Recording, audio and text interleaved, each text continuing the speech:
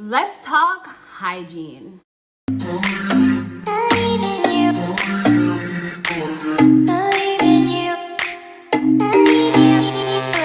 What's up, everybody? Welcome and welcome back to another one of my YouTube videos. If you're new to my channel, my name is Apparently Blunt, and on this channel we do lifestyle things, we do vlog things, some self-educational videos, and as of recently I just moved to Germany and I'm also recently pregnant. So I'm going to be talking about all of those things in my upcoming videos. So in today's video, I'm going to be talking about some feminine pregnancy hygiene tips, some things that you should know, some symptoms that you should know about that nobody told you about. Trust me, nobody told you about this, okay? You're probably going to have to find this out on your own. So I'm trying to be your friend so that I can help you and tell you what you need to do and what you need to know for your feminine hygiene tips for pregnancy. Okay, so first things first, let's talk about the time frame and the timelines for all of these different hygiene tips or some of these symptoms that you may experience. I will say that for me, when it comes to hygiene, about 2 to 3 weeks after I took my pregnancy test, all of these things for the most part started to kick in, and that's very unfortunate. But some of these things only happen to pregnant women when they are around 3 months, 4 months, 5 months, sometimes even 6 months. If you have watched my video on how I found out that I was pregnant, shortly after I took my pregnancy test, literally every single thing and every single symptom started punching me in the face. So I can't really tell you when this is gonna happen for you, but if you are looking to get pregnant or if you already are pregnant, this video is really gonna help you. And yeah, you should probably go ahead and start doing these things and buying these items now. Okay, so if you don't know already, when you get pregnant, that means that your estrogen levels are skyrocketing. So what is estrogen? I'm really not a scientist. If you really want the scientifically definition, then I think you may just need to Google it, because all I'm gonna tell you is that estrogen only pretty much comes with females when we are born. We're all women, we're all girls. We just automatically have estrogen for the most part. So that's what estrogen is. I don't really know what else to tell you. Google it. When you get pregnant, your estrogen levels are extremely high, especially if you are giving birth to a girl. So if you're giving birth to a girl, yeah, for real, just go ahead and set aside, I would say about $50 with everything that I'm about to tell you right now, because you can go ahead and pick up these items like, yeah, sure. What happens when you have high estrogen levels? A lot of different things happens when you have high estrogen levels. The first thing is that when you're pregnant, you can have discharge. Matter of fact, I'm not even gonna say that you can have discharge, you are gonna have discharge. And like I said, it is scientifically proven that if you have girls, all of these symptoms are heightened and you may have more discharge than if you're carrying a boy. What is discharge? If you are a lady watching, you already know what discharge is. Please don't make me have to tell you what discharge is. Let's just not even really talk about what discharge is. All I can tell you is that discharge comes out of your vaginal area, and this can be different colors. Yes, I did say different colors. Now, normally you experience like a brownish color after you finish your cycle, but no sweets, this is not the same discharge, hun. So this discharge can come in many different colors. It can come in red, it can come in a brown, a light brown, a dark brown, or it can be clear. Now, if you have red discharge and you are pregnant, it is probably blood. So I'm gonna go ahead and tell you that if you do have discharge or if you have blood coming down, going on around there, stop this video right now and go to the doctor or call your OBGYN. Please don't finish this video. You need to get that checked out. It is not normal to really have that, especially if you're having it days and days out of the time, or if you're having it from weeks to weeks, whatever. Stop my video, girl. Go get checked out.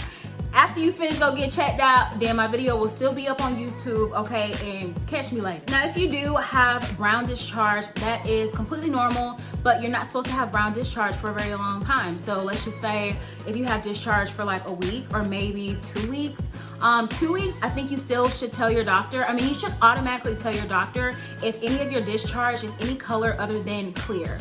It shouldn't be nothing other than clear. When it comes to the texture of your discharge, it is not supposed to be super thick. I would say for your discharge, it should be kind of like a thin, kind of watery situation going on. So now that I've already told you what estrogen is, I've already discussed the different colors of discharge, let's talk about the solutions and how to fix that. You're probably using sanitary napkins, also known as pads. I will tell you that if you are pregnant, you probably have a lot more discharge down there than what you're probably used to. So I will say, if you want to use a pad, I personally do not use pads. I think pads just is a lot going on. I honestly feel like I would just rather go the supernatural way and just put a piece of tissue in my panties. If that's what it's supposed to be like, that's just what I'm gonna do. But some people don't want to do that. Some people think that is really messy, blah, blah, blah, whatever. I'd rather just change out tissue all throughout the day rather than put a pad on, because I just feel like pads can create odors. I feel like pads is just not good for you. Like, you're just not supposed to be wearing a pad for like 8 days straight or every single day of your life. I'm sorry. I know some people have a lot of discharge and they cannot help it, but I am just not that girl. I just cannot. But if you are one of those people that you do like organic pads, or if you like sanitary napkins, please make sure that the ingredients are very clean.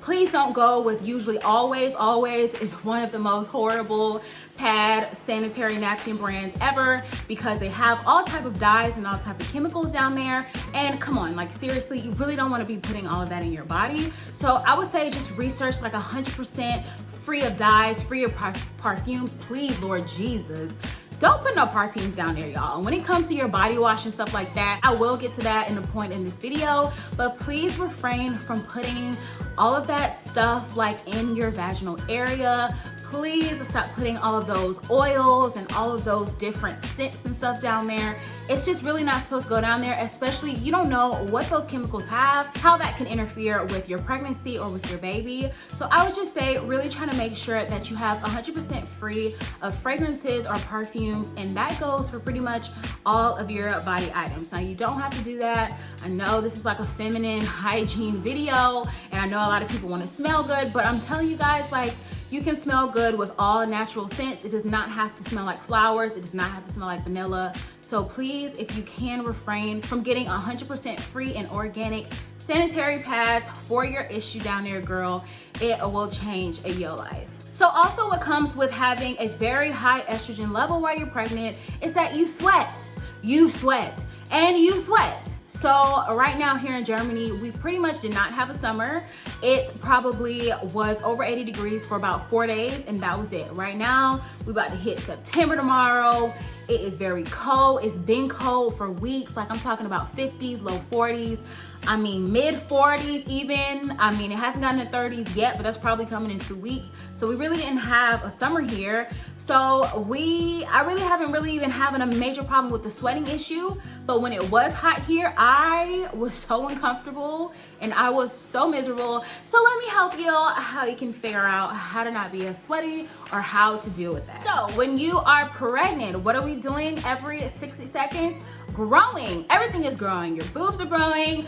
Everything is growing. Your stomach is growing. Your hips are growing. Your butt is growing. Your thighs is growing. Arms is growing. I mean, do I need to continue on? With growing, what does that mean? That means that you're probably gonna go up in different sizes. That can be bra sizes, that can be panty sizes, clothes sizes, sock sizes, shoe sizes. I will say, when it comes to sweating, now for me, I'm usually not a major sweater like that. So generally, I really don't sweat that much, but honestly, this is pre-pregnancy. So when you are pregnant, you're always gonna be hot. So just nip that in the bud. It is what it is. You're probably always gonna be sweating. One thing that a lot of people don't talk about is that in your vaginal area, you sweat like so freaking much. It doesn't make any sense. So one way to help you from sweating a lot is if you get 100% cotton panties. Now, if you wanna do like the brief panties, or you wanna do thongs, or if you wanna do like hipsters, or I don't know, we have so many different panties going on, please make sure that they are 100% cotton. Now, I am only telling this for the sweaty girls, which is me, because a lot of people like are on Instagram who are pregnant and they're just trying to be so cute. They have all this pregnancy lingerie and all these pregnancy thongs and pregnancy lace panties, and it's like, that's not how pregnancy is. Like, especially if you are a little bit bigger when it comes to, you're not a size small or a size medium. Like, I mean, naturally, I'm like a size 6 pre-pregnancy, but obviously I'm not a size 6 now, and definitely these hips, sis, is not a size 6. So for me, like my panties, I've always told myself, like, whenever I get pregnant, like, I don't want to wear the granny panties, and like, I really am not trying to do the granny panties, but y'all, like, trying to find, like, right now, I would say In maternity panties, I'm probably like a large, but like if I don't have maternity panties, y'all, I need like a 2X. Like it's getting real, okay? Yes, a 2X. Let me just show you what I look like for this to be a 2X.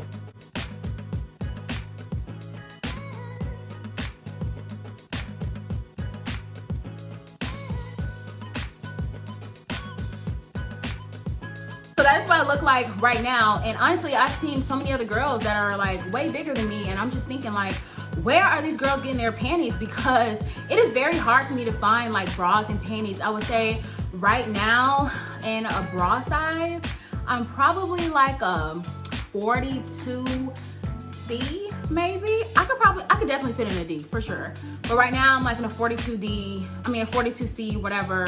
And yeah, it's just a lot going on. But for panties, I have been panty shopping for months, and it just seems like I can never find the right size panties, and I'm stressed. But I can honestly say that H&M, y'all, H&M is so dope right now. H&M has an amazing maternity section right now. I don't know if they have it online, but in Europe, in Germany, here in Germany, that H&M is crushing it and killing it when it comes to like your undergarments, your bras, when it comes to breastfeeding, shirts, and just different things like that. They are great. So like I said, back to the underwear, I highly suggest that if you're one of those people that sweat a lot in general when you're pregnant and you're sweating down there a lot, please just do the 100% cotton panties. Don't try to like silk panties is gonna ruin your life. I'm just gonna tell you that right now. All the spandex panties is gonna ruin your life. Like if I try to wear that, y'all, it's not pretty. Like it's not cute, it's not pretty, nothing about it is cute. Like I'm just gonna tell you that right now. So I'm a cotton girl. I just want to tell y'all that because a lot of people don't tell you this. A lot of people just say like they don't even talk about what kind of panties they're wearing. They're not talking about like the type of material that their panties are. So I just really want to keep it real with y'all and let y'all know like it is real down there. And I'm just talking about sweat. I'm not even trying to go into all that other stuff that be going on down there. But listen, sis, get you some cotton panties. You won't regret it. So next thing, this is also part of hygiene. So like I said, I am fortunate enough to be able to work out and go to the gym. So I know that some people, maybe those people where they say, yeah, I'm just gonna go to the gym real quick, and after I go to the gym, I'm just gonna go grocery shop there, or I'm gonna go here, I'm gonna go there. No, that's where you messed up at. What you need to be doing is as soon as you finish your workout, and I was guilty of this, okay? That's why I'm telling y'all from experience, okay? I know what I'm talking about when it comes to this. After you work out, please just go ahead and go straight home and shower. Please just go ahead and shower right then and there. Your duties, your errands can wait. They can literally wait, I promise. You don't listen to what I'm telling you right now. Since we are pregnant and our estrogen levels are off the chain right now, okay? You can develop a lot more bacteria down there that can cause bumps. Yes, I said it. I'm not embarrassed. It can cause serious bumps that has pus in it, okay? Like the white stuff, and it like hurts when you like touch it, and like if you have it on your face, like a little zit. You can get zits down there if you are sweaty or if you have too much bacteria. So please stop what you're doing. If you're pregnant and you're sweating profusely, you need to go ahead and shower right after. Also, even if you don't work out while you're pregnant, if you are very sweaty down there and you're not wearing cotton panties, okay? Just from your everyday, you're not even working hard, vaginal sweat, you're gonna get bumps down there. So, like I said before, nobody tells you this. So if you are sweaty down there, it is because you need some cotton panties. For me, I have also been on the hunt for getting a bra. My whole pregnancy, my stomach has been very high, okay? We all know what that means. We just know what that means. Whatever, the first thing you find out on Google about what that means, that's what I'm having, okay? Whatever.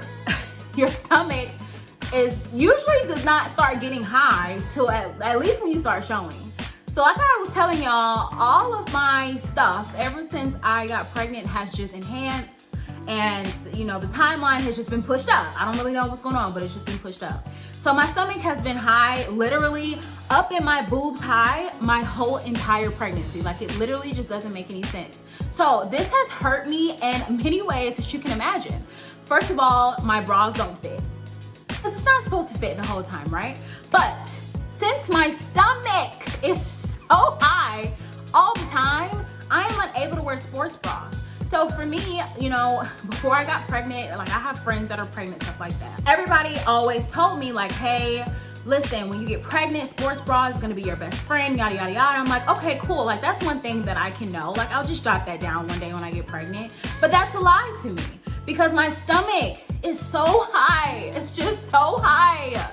Sports bras make me feel queasy. They make me feel nauseous. And here's another thing. If your bra is not your size, it can cause heartburn. It can literally cause hot flashes. It can cause you to sweat even more. It can cause backache, just all types of stuff. So when you're pregnant, it's just really important that you have the right size panties and the right size bras. But that's just another story for another day. I have discovered something that has completely changed my life. And what is that?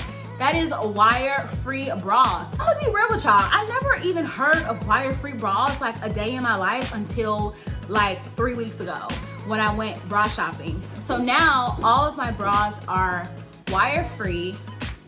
I'm doing a video. Hi. You're home early? How was your day? You look nice.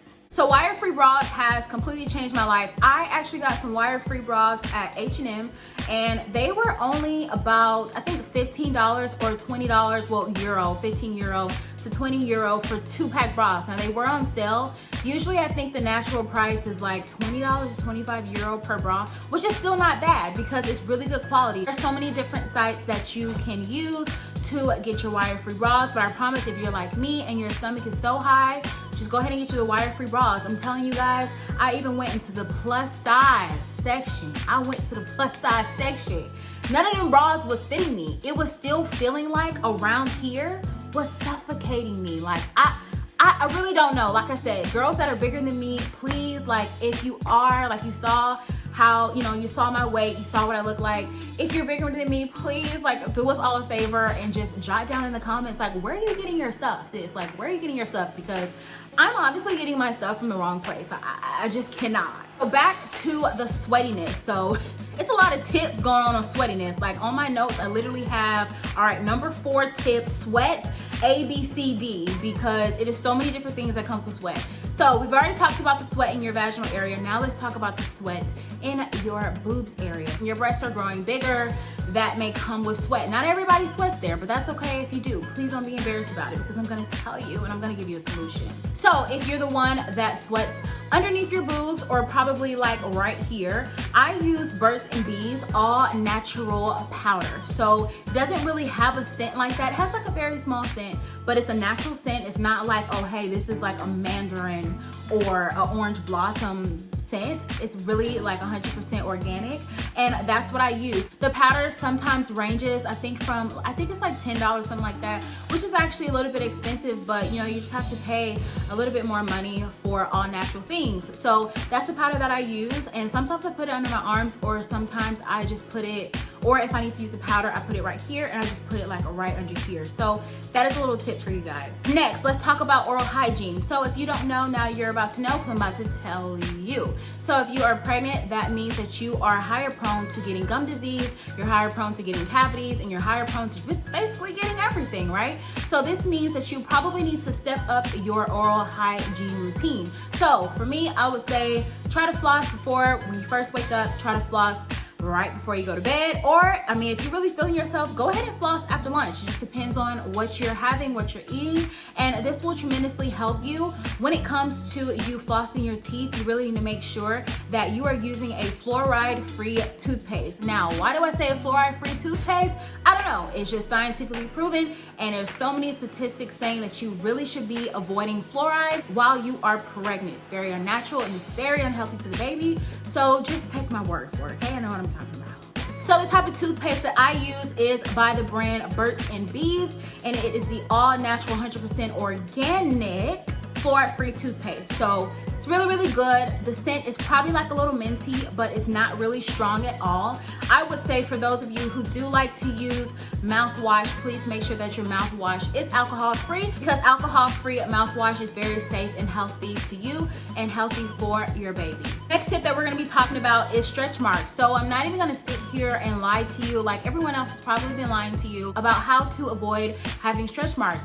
I'm gonna tell you right now, there is no cure. Doesn't matter how many YouTube videos that you watch, who knows what you're gonna have. When you have that baby, you don't know how many stretch marks you're gonna have. After you have that baby, you don't know how many stretch marks you're gonna have.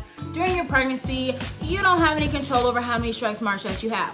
But just because you don't have any control over any stretch marks that you have does not mean that you can't take the necessary precautional steps to make sure that you're doing everything that you can to reduce your stretch marks. So the first thing that I use for stretch marks, like I was telling you guys, I really believe in all natural products. So for stretch marks, I use 100% organic coconut oil. There's not a favorite one that I have. I just make sure that whatever coconut oil that I use, it only has one ingredient, and that is 100% organic coconut oil. You can find this at the grocery store. You can pretty much find this everywhere, but that is what I use on my entire body twice a day. I even use it on my face. I use it on my neck, because now between the last couple of weeks, I have developed neck acne just from breathing and being pregnant. So I use that on my neck as well. And like I said, I told you guys I use this twice a day on my whole entire body. Now, what I started using, do you guys know the coconut, like the coconut brand? Like they have like the coconut butter, they have like all kind of stuff. But so they recently have a new oil, and specifically for stretch marks.